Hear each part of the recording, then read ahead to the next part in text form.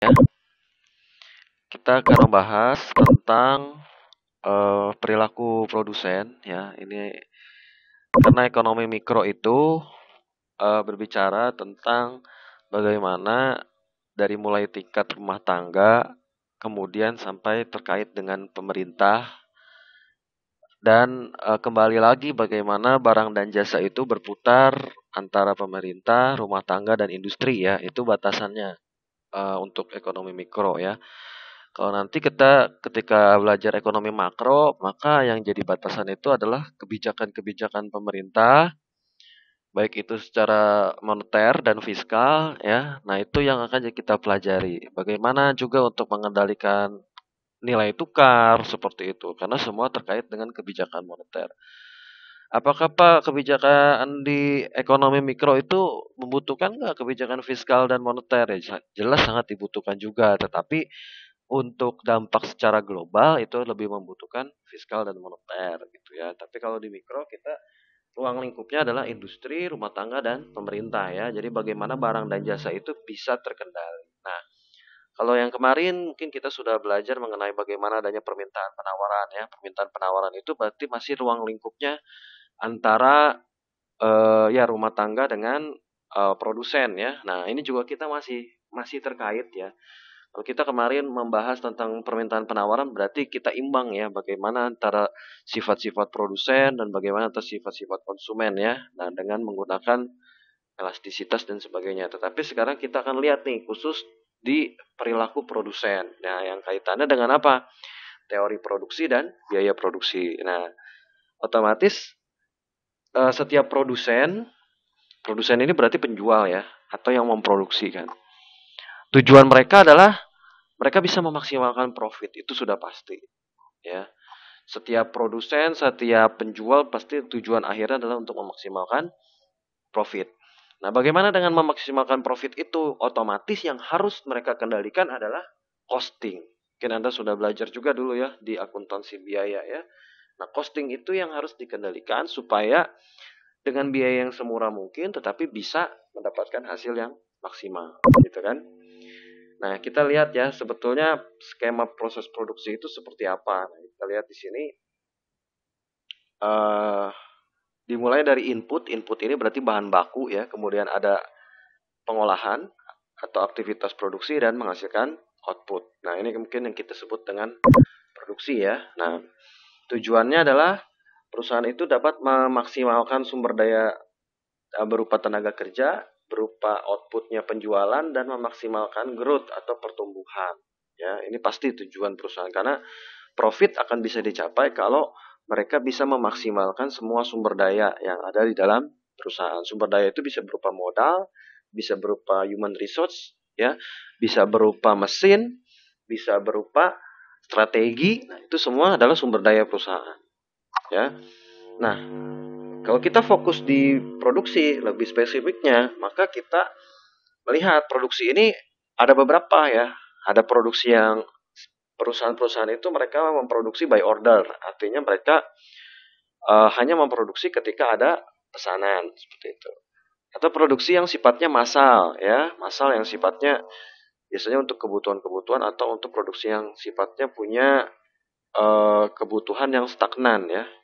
Kebutuhan yang stagnan dalam artian jumlahnya itu tetap itu setiap periode ya.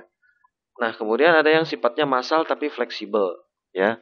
Massal tapi fleksibel. Massal tapi fleksibel ini bisa berubah-ubah ya. Misalkan pada periode ini kita harus memproduksi banyak, kemudian bulan depan kita harus memproduksi lebih sedikit. Nah, seperti itu ya. Atau memproduksi berdasarkan aliran produksi itu sendiri. Jadi berdasarkan by flow gitu ya.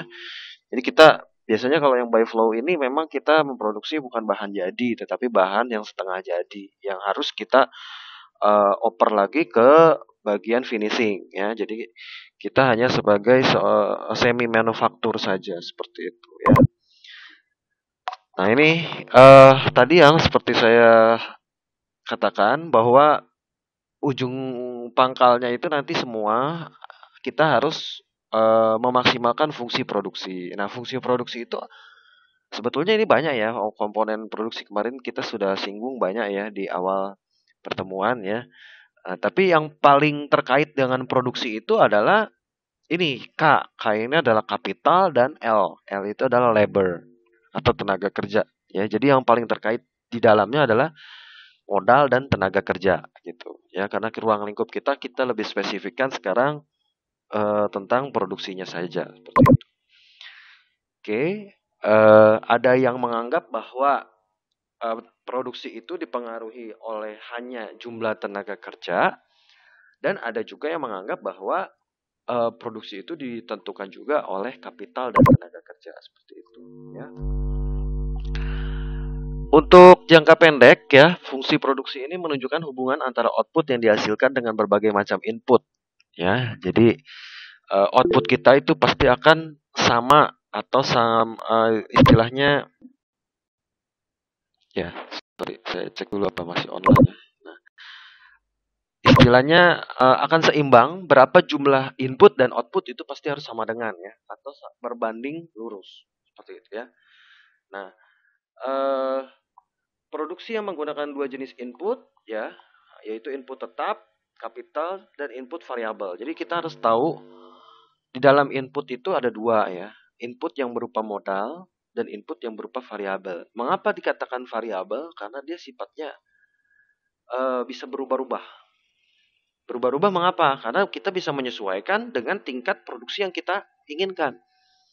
Kalau kita ingin mencapai tingkat produksi tertentu, misalkan kita ingin mencapai tingkat produksi sampai 1000, maka berapa kebutuhan jumlah tenaga kerja? Itu kita harus bisa sesuaikan. Karena jumlah tenaga kerja juga akan berbanding dengan berapa waktu yang dibutuhkan untuk memproduksi suatu barang. Gitu kan? Ya. Nah, jadi tentu saja semuanya kita harus perhitungkan ya. Karena tenaga kerja tadi pun ketika kita hire mereka, ingat ya, semakin banyak tenaga kerja pun maka cost pun akan semakin besar. Artinya kita tidak bisa meng-hire tenaga kerja sebanyak-banyaknya demi memaksimalkan profit. Bahkan bukannya dengan memaksimalkan profit itu dalam artian bukankah dengan makin banyak tenaga kerja akan lebih banyak jumlah produksi. Nah, nanti kita lihat ya, ada satu teori yang mengatakan namanya teori law of diminishing. Nah, itu tidak seperti itu ya. Tapi kita lihat dulu ya. Fungsi produksi ini tadi sama ya, dipengaruhi oleh satu karakteristik fungsi produksi dan harga input yang digunakan dalam proses. Inputnya apa? Inputnya tadi labor, capital. Ya. Nah, ketika kita mau mendapatkan harga ya mungkin Anda sudah belajar dulu ya. Nah, kalau ini mungkin hanya garis besar ya, tapi lebih spesifiknya Anda sudah belajar di akuntansi biaya, saya yakin ya. Kalau kita ingin menentukan harga berapa, pasti semua harus kita punya perhitungan. Semua biaya itu harus kita hitung terlebih dahulu. Biaya apa saja? Bahan baku, kemudian overhead, ya, kemudian biaya produksi lah, tenaga kerja yang kaitannya dengan produksinya, ya. Nah, semua itu perhitungan per jam, apakah per produksi dulu kalian sudah belajar, saya yakin itu ya. Nah, tapi ini hanya sekedar garis besarnya, ya. Oke. Nah, biaya atau ongkos produksi itu adalah apa? Semua pengeluaran yang dilakukan oleh perusahaan untuk mendapatkan faktor produksi. Baik itu sifatnya yang tetap ataupun yang variabel, ya. Nah, terus kemudian juga di sini kita punya opportunity cost ya. Jadi selisih antara biaya produksi dengan biaya produksi alternatif. Ya, kenapa? Bapak boleh di screen sharing nggak biar bisa dicatat juga? Bukannya saya udah screen sharing? Sorry. Belum. Iya. Dari tadi saya presentasi. Iya, udah jauh ini. Sorry ya. Saya soalnya tadi saya screen share kayaknya agak putus jaringan terus balik ini. Sudah terlihat belum layarnya saya? Sudah ya? Lagi loading, Pak. Okay. Sudah, Pak. Nanti tolong kalau putus konfirmasi ya. Karena saya kadang jaringannya putus terus harus screen sharing lagi ya. Nah, ini ya kelihatan ya. Oke, jadi tadi sekali lagi ya. Biaya itu adalah semua cost yang harus dikeluarkan untuk mendapatkan suatu bahan untuk kita bisa produksi ya, atau untuk mendapatkan faktor-faktor produksi ya. Nah, salah satunya juga ada yang kita sebut sebagai opportunity cost. Apa itu opportunity? Berarti yang kaitannya dengan biaya produksi yang tertinggi terhadap biaya produksi alternatif. Ada nggak? Misalkan ketika kita bisa mencari alternatif dengan mengganti bahan baku atau mau misalkan kita merubah bahan baku ya menjadi yang lebih ya mungkin kualitasnya secara kualitas pasti kalau semakin murah pasti itu akan berbanding lurus ya. Artinya kualitas pun akan menurun. Tetapi mungkin beberapa perusahaan demi mempertahankan survival mereka seperti misalkan pada waktu Covid ya pasti mereka akan selalu memikirkan opportunity-nya ya. Bisa tidak mereka men-change atau apa ya namanya ya, mengganti beberapa bahan baku yang mereka perlukan gitu kan. Dan ada biaya eksplisit ini yang kaitannya adalah pengeluaran yang aktual. Jadi secara akuntansi perusahaan menggunakan sumber daya dalam proses produksi. Nah, ini biasanya biaya eksplisit ini yang tidak bisa kita hindari ya. Kalau kita misalkan produksi-produksi yang sifatnya menggunakan sumber daya alam itu kita tidak bisa hindari karena uh, nilainya nilai sumber daya alam itu biasa punya harga yang tetap ya, harga batu bara, harga minyak bumi dan sebagainya itu selalu punya ya. Dan biaya implisit ya, biaya ekonomi perusahaan atas penggunaan sumber daya yang ditimbulkan karena proses produksi. Nah, kalau ini berarti kaitannya nanti dengan biaya produksi itu sendiri ya, berapa yang dibutuhkan, berapa biaya peralatan, biaya bahan baku yang dibutuhkan untuk memproduksi suatu barang ya. Nah, konsep utamanya kita harus menghitung dulu pertama itu adalah biaya total ya. Total cost. Apa sih biaya total? Total cost itu adalah intinya adalah gabungan dari berapa biaya tetap dan biaya variabel. Apa itu biaya tetap? Yang tergolong dalam biaya tetap apa saja? Yang tergolong dalam biaya variabel apa saja? Mungkin kalian sudah belajar di akuntansi biaya ya. Yang tergolong biaya tetap apa saja kira-kira? Ada yang memberikan pendapat? Masih ingat tentang fixed cost? Apa coba yang tetap? Bahan baku. Ya, bahan baku. Selain itu?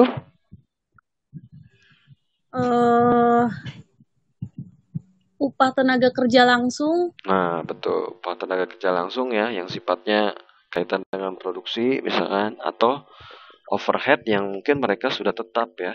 Nah, itu juga bisa. Ada lagi yang fixed cost? Bagaimana dengan biaya peralatan? Peralatan berubah-ubah nggak?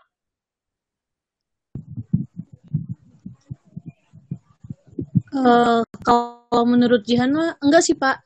Kalau Enggak, peralatan tetap. ya. Ya, tergantung industri ya.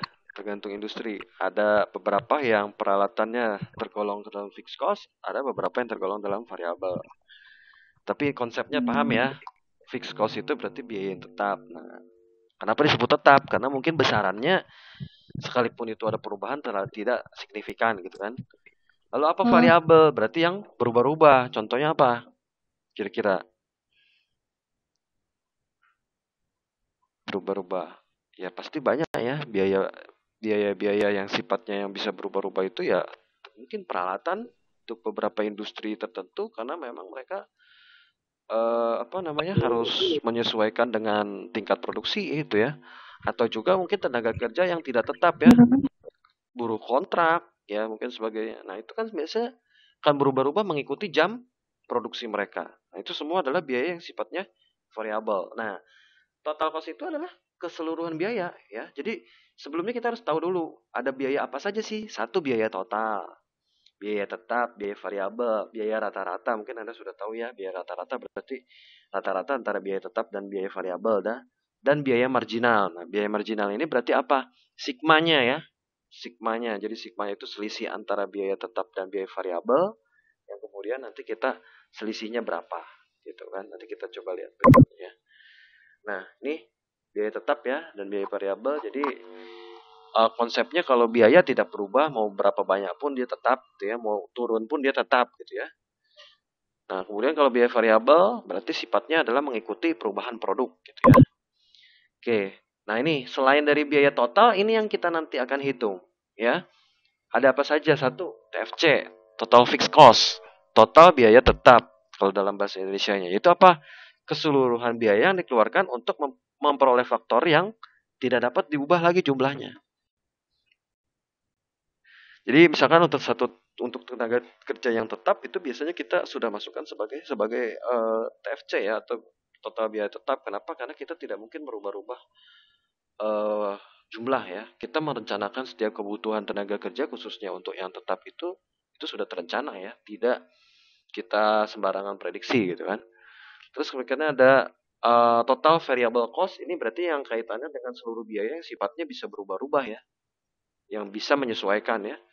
Kemudian ada biaya tetap rata-rata atau average fixed cost ya. Jadi perbandingan antara total biaya tetap TFC dengan jumlah produksi yang dihasilkan.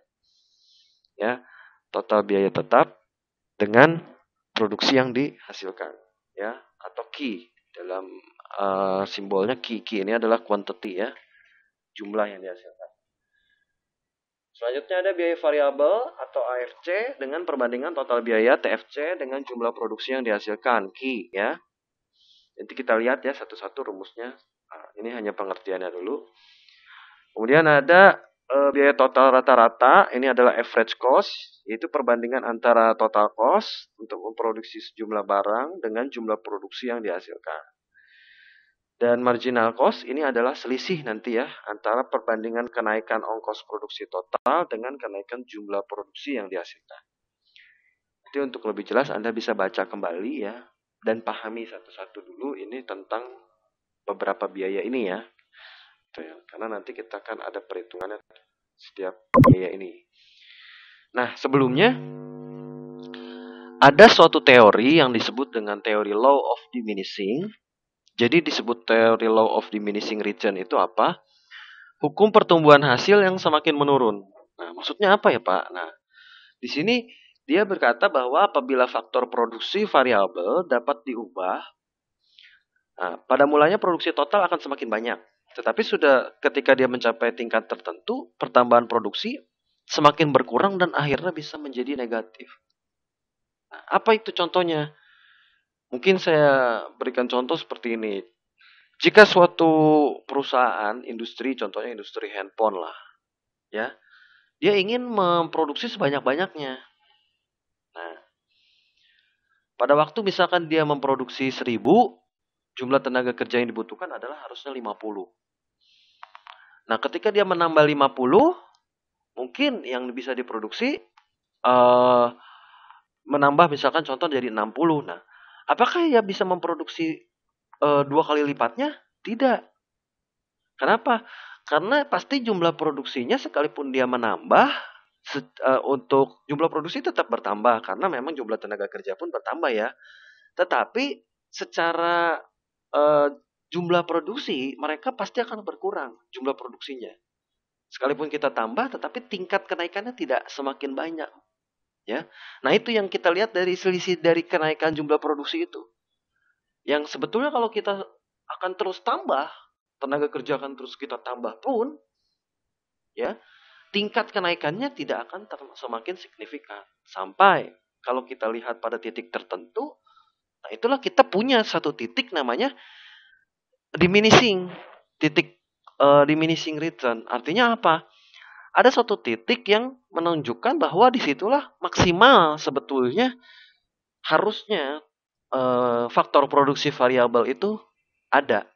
Jadi tidak perlu kita mensuplai faktor produksi variabel itu sebanyak-banyaknya, tidak perlu. Ya.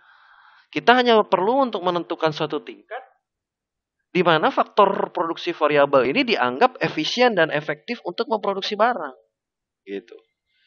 Karena tujuan kita bukan untuk quantity ya. Sekali lagi tujuan kita bukan untuk quantity. Karena kalau kita mengejar quantity, ya oke bisa seperti itu. Tetapi nanti tetap kita akan mengalami namanya diminishing return. Ya. Jadi kita mengejar bagaimana kita produksi kita pada batas yang rata-rata tadi ya. Average. Artinya tidak dump tapi juga tidak pump terlalu tinggi ya, tidak terlalu drop, tidak juga terlalu naik terlalu tinggi. tetapi dia bisa stabil dengan suatu faktor produksi yang tertentu. Nah, itu yang terbaik. Ya. Jadi tidak bisa kita supply terlalu banyak, tapi juga kita harus menentukan sampai titik manakah itu menjadi suatu titik yang efektif. Ya. Ini yang saya tadi katakan. Ya. Nah, pada waktu suatu faktor produksi yang variabel ini kita supply, awalnya otomatis secara quantity pun akan meningkat ya. Nah, ini akan meningkat terus sampai suatu titik disebut dengan point of diminishing return. Nah, sebetulnya titik ini kita sudah mencapai maksimal, tetapi kita mau coba untuk lebihkan lagi. Kita mau tambah lagi faktor produksi variabel. Atau mungkin faktor produksi variabelnya tidak dalam bentuk tenaga kerja. Mungkin apa? Dalam bentuk peralatan. Itu pun sama. Tidak akan membuat efektif ya. Karena semuanya pasti nanti akan mengalami istilahnya titik jenuh. Ya. Nah, di sini sudah mulai ya, yang tadinya kenaikan signifikan sampai titik sini mulai kenaikannya naik. Ya, tadi seperti saya bilang, pada waktu titik 1000 produksi yang memproduksi ada 50 orang. Pada waktu 60 apakah mereka bisa 2000 produksinya? Tidak. Tingkat kenaikannya pasti hanya sedikit. Dia tetap naik, tapi kenaikannya hanya sedikit. Sampai pada titik tertentu, sampai pada batas tertentu, dia tidak lagi naik, tapi malah decrease, turun. Itu yang kita sebut dengan negative return. Ya, jadi total input kita kalau kita mau makin banyak, makin tambah, itu tidak bagus juga gitu ya. Karena semuanya pasti nanti akan mengalami titik jenuh ya di sini. Titik jenuh itu dalam artian semakin banyak kita mengeluarkan biaya variabel, semakin berkurang quantity kita ya, quantity yang kita di sini istilahnya kita sebutnya sebagai marginal quantity ya, marginal quantity. Jadi bukan quantity-nya, quantity-nya meningkat, tapi marginal quantity-nya yang berkurang. Seperti itu ya. Oke, kita lihat dulu sebelumnya apa itu yang disebut dengan kurva Isoquant. Nah, kurva Isoquant ini yang menunjukkan titik-titik yang menunjukkan kombinasi dua faktor produksi yang menghasilkan suatu tingkat produksi yang sama. Ya. Nah, apa dua faktor produksinya? Misalkan kita lihat ya. Nah, kurva Isoquant menunjukkan kombinasi dua faktor produksi ya. Nah, ini kita lihat ya. Oke, combination di sini ada A, B, C, D, kemudian di sini ada units of capital, units of labor. Nah, ini yang disebut dua faktor produksi. Dua faktor produksi itu tadi K dan L, capital and labor. Ya, dan ini adalah total outputnya. Pada saat unit of capitalnya 50, unit of labornya 1 orang. Jadi 1 orang dia bisa memproduksi 50 ya. Bukan begitu maksudnya. Untuk memproduksi 1500 ya, dia membutuhkan capital 50 tapi orangnya hanya 1 gitu. Untuk memproduksi 1500 juga kalau dengan orang 2 maka capitalnya dia lebih rendah ya, 45 gitu kan.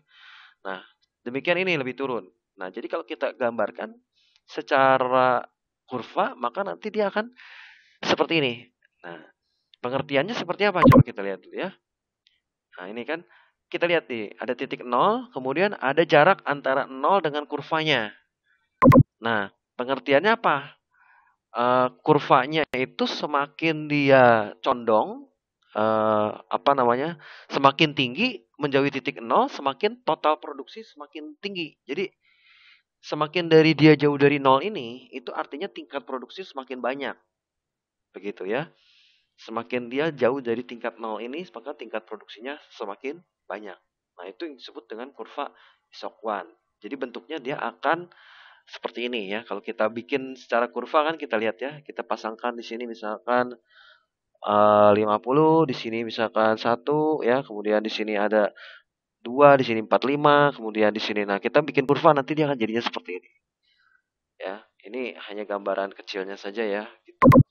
Kemudian ini disebut dengan Isoquant ya. Jadi dia sifatnya cembung terhadap titik original, tidak saling berpotongan, dan yang relevan berproduksi itu adalah yang bercondong negatif. Lalu bagaimana dengan isokos? Nah, isokos ini adalah kurva yang kedudukan dari titik-titik yang menunjukkan faktor produksi yang dibeli oleh produsen dengan sejumlah anggaran tertentu.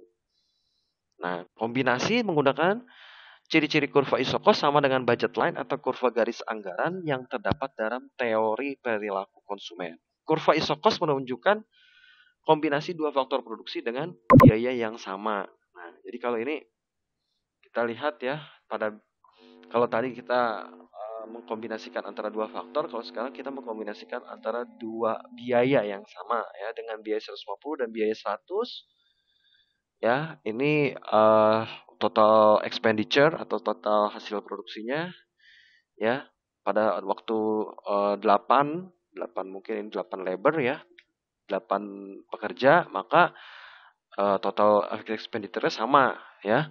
Price-nya 150 untuk 8 orang. Nah, ini untuk 6 orang. Pada waktu price 100 dibutuhkan 3 orang. Jadi ada kombinasi di sini ya. Antara dua biaya dengan total expenditure yang dihasilkan. Seperti itu. Nah, nanti dia akan bentuknya seperti ini. Kurvanya. Kurvanya akan berbentuk seperti ini ya. Nah, dia akan berbentuk seperti ini. Artinya di sini adalah capital. Sementara di sini adalah merupakan apa ini ya? Saya kurang bisa baca. Ya.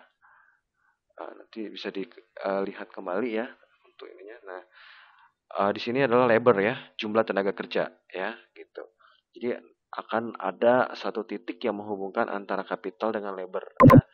Nah, kemudian akan nanti biasanya ada perpotongan kalau kita antara tadi ya, kurva isokos dan kurva isokwan itu nanti akan ada titik perpotongannya. Nah, titik perpotongan itulah yang kita sebut sebagai list of cost combination. Jadi artinya apa? Nah, di titik inilah yang kita sebetulnya bisa katakan ini titik maksimum produksi.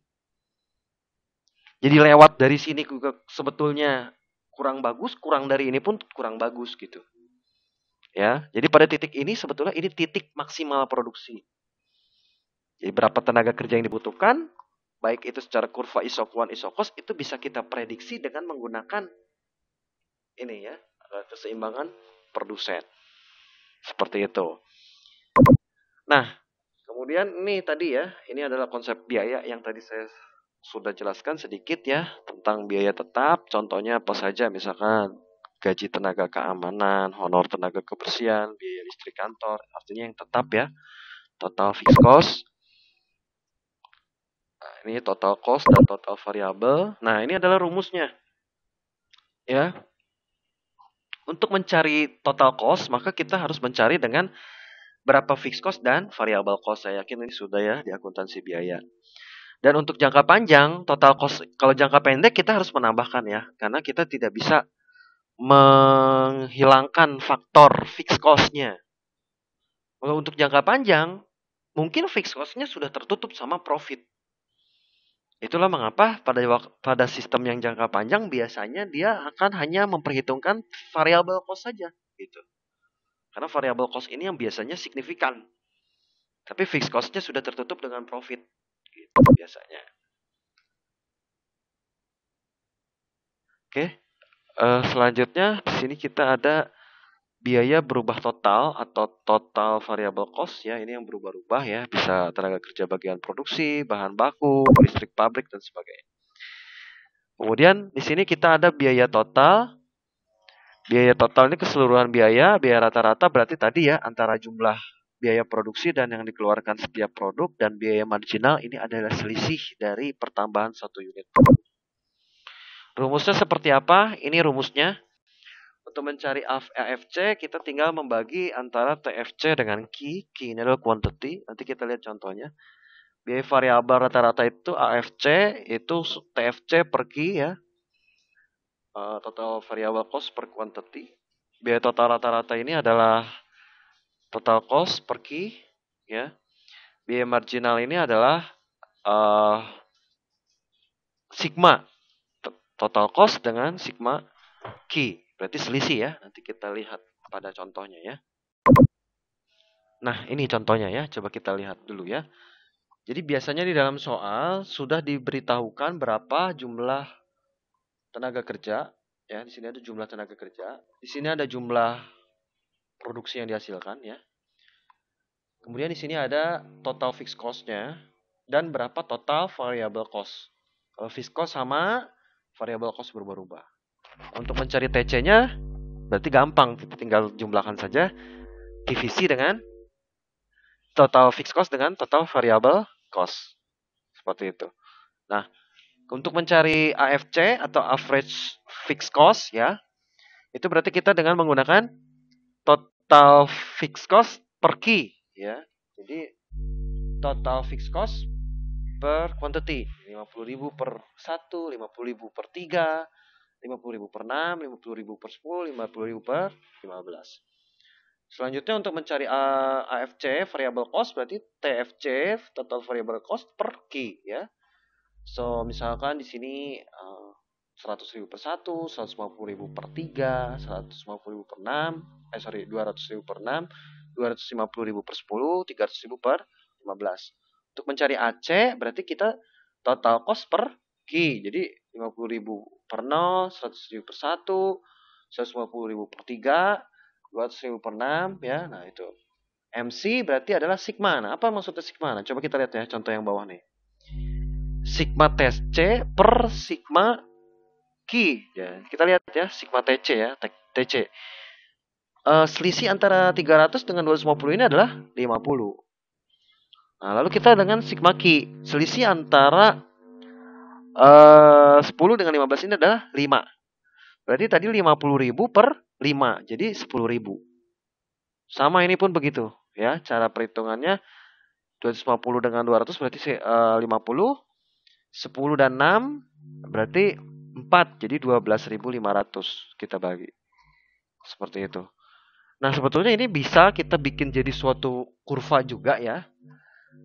Cuman di sini saya kurvanya mungkin kurang sempurna. Coba nanti kalau Anda mau buat lebih sempurna boleh ya. Nah, kira-kira kurvanya nanti akan seperti ini. Ya, kurvanya seperti ini. Biasanya nanti akan ada suatu garis yang kita sebut dengan garis marginal cost ya.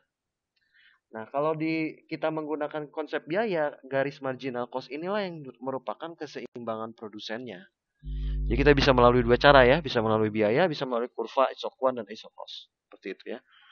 Nah, ini adalah keseimbangan produsennya. Titik-titik tingkat keseimbangan produsennya bisa kita ambil dari marginal cost. Seperti itu.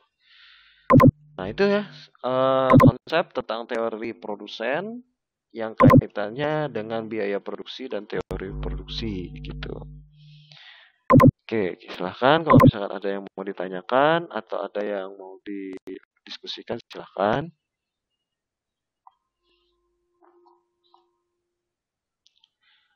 Untuk PPT-nya nanti saya upload ya. Dengan tugas juga nanti saya upload.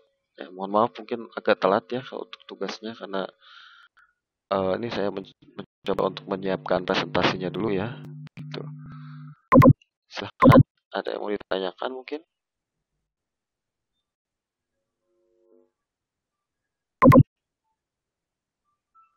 Oh ya. Cukup.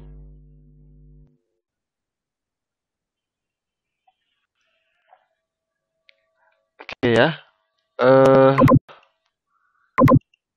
Ya nanti kalau misalkan ada yang mau ditanyakan atau pertanyaan, mungkin yang sekarang belum terpikir atau yang belum dilihat kembali ya. Oh, ini Ciharu ya bertanya ya. Cari kurva marginalnya bagaimana Pak? Apakah ada di next materi? Sebetulnya kurva marginal ini, sebentar kita lihat ya. Kurva marginal ini kita dapati dari data-data yang sudah kita buat. Jadi ini kurva-kurva ini kita dapat dari mana?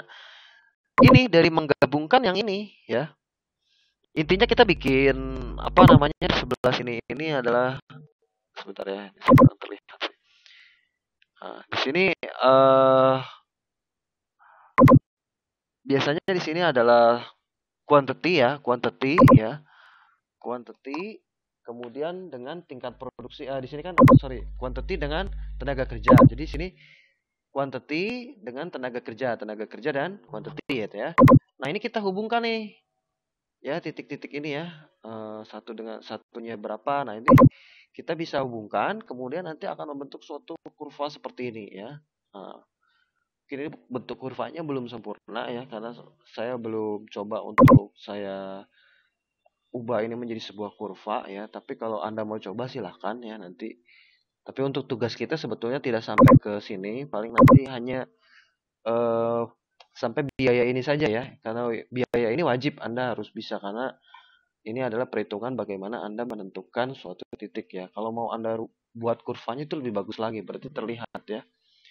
Nanti coba saya cari untuk yang lebih jelasnya, karena sampai saat ini saya baru dapat yang ini aja ya, bentuk kurvanya. Kurva marginal itu adalah ini, dari kita menggabungkan ini ya, 50.000 itu pasangannya dengan berapa gitu ya nanti. Nah, ini jadi suatu kurva yang seperti ini nanti. Seperti itu ya.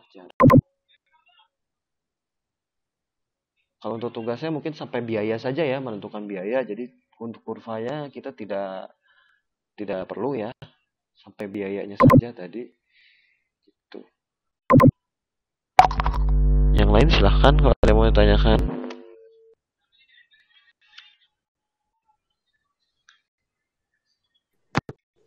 Boleh gak Bapak dijelasin lagi yang tabelnya tadi? Tabel. Dengan dia teh putus Bapak. Tabel ini. Tabel ini. Yang Iya Pak. tabel biaya. Oke ya, saya ulang Iya. ya. Tabel biaya ya. Oke, tabel biaya ini sebetulnya seperti judulnya saya perbesar dulu ya. Oke. Di sini adalah perbandingan antara biaya total, biaya variabel, biaya fix, biaya average, dan biaya marginal. Nah, pasti ya di soal itu nanti ini sudah ada ya, tenaga kerja, terus quantity, produksi, artinya jumlah produksi, terus total fixed cost itu selalu ada di dalam soalnya. Kenapa? Karena ini fixed cost ya, pasti tidak berubah. Variable cost ini pasti berubah-ubah. Kebetulan di sini berubah-ubahnya progresif, semakin naik ya. Nah, kemudian yang ini yang kita suruh. Sebetulnya sih mudah ya, hanya sekedar menambah dan membagikan saja ya. Nah, yang pertama di sini total cost ya. Total cost rumusnya adalah total fixed cost ditambah total variable cost. Jadi 50.000 tambah 0, 50.000. 50.000 tambah 50.000, 100.000. 50.000 tambah 100.000, 150. 50 tambah 150, 200, dan seterusnya. Untuk AFC atau average fixed cost, ini adalah rata-rata dari TFC ya. TFC ini adalah fixed cost dibagi Q. 50.000 bagi 0, dia nggak ada karena jadi 0. 50.000 bagi 1 jadi 50.000, 50.000 bagi 3 jadi 16.660. 16.666. 50.000 dibagi berapa? 6 jadi 8.333. 50.000 bagi 10 jadi 5.000. 50.000 bagi 15 jadi 3.333. Untuk yang average variable cost itu adalah rumusnya itu adalah TVC atau total variable cost dibagi dengan quantity. So ini juga sama ya, total variable cost-nya 0 kita bagi dengan 0 jadi 0. 50.000 bagi 1 50.000, 100.000 bagi 3 33.333. 150.000 bagi 6 ya, nanti ini semua sama ya, ikuti polanya. Untuk average cost ya, ini adalah total cost per Q ya, berarti 50.000 bagi 0, 100.000 bagi 1, 150.000 bagi 3, 200.000 bagi 6, 250.000 bagi 10, 300.000 bagi 15, seperti itu ya. Nah, untuk yang marginal, namanya marginal ini adalah selisih. Jadi contoh misalkan, di sini kan selisih antara TC dengan selisih Q ya. Nah, di sini kan TC-nya 300 sama 250 ini bedanya berapa? 50. Di sini 10 sama 15 bedanya adalah 5. Berarti di sini adalah 50 dibagi 5, maka hasilnya adalah 10.000. Seperti itu. Nah, contoh lain misalnya 250 dengan 200 sama-sama 50. 10 dengan 6, 4 selisihnya. Maka 50.000 bagi 4, 12.500. Seperti itu perhitungannya ya. Coba nanti kalau misalkan saya bisa buatkan grafiknya, saya buatkan ya. Karena memang agak sulit kalau kita pakai PPT untuk membuat melengkungnya gitu ya. Nah, coba nanti saya coba dulu ya kalau untuk ini. Nah, tapi sampai di perhitungan ini aja sih ya. Kita utamanya di sampai perhitungan ini gitu. Seperti itu ya, Widya. Ya, makasih Bapak. Ya, sama-sama Widya. Oke, ya. Seperti itu, silahkan kalau misalnya ada pertanyaan lain. Atau mungkin kalau misalkan nanti ada pertanyaan juga, silahkan kalau mau ajukan di grup ya.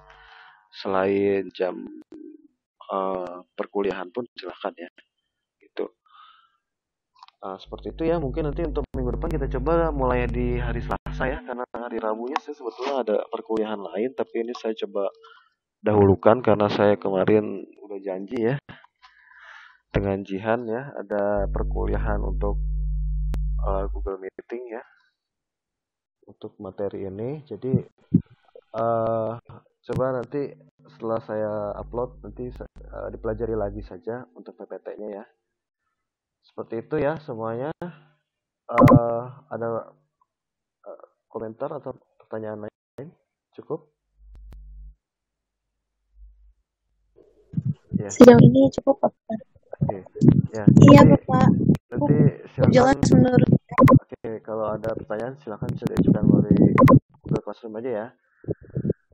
Ya, terima kasih ya semuanya. Baik, Bapak. Untuk waktunya sudah meluangkan waktu untuk join malam hari ini ya. Ya, semoga semuanya kita sehat-sehat semuanya ya. Jaga kesehatan ya. Ya. Terima kasih semuanya ya. Assalamualaikum warahmatullahi wabarakatuh ya. Selamat malam. Ya. Selamat malam, Bapak. Waalaikumsalam warahmatullahi wabarakatuh. Selamat malam juga Pak. Ya, oke. Saya sign out ya. Terima kasih ya. Iya, Pak. Ya.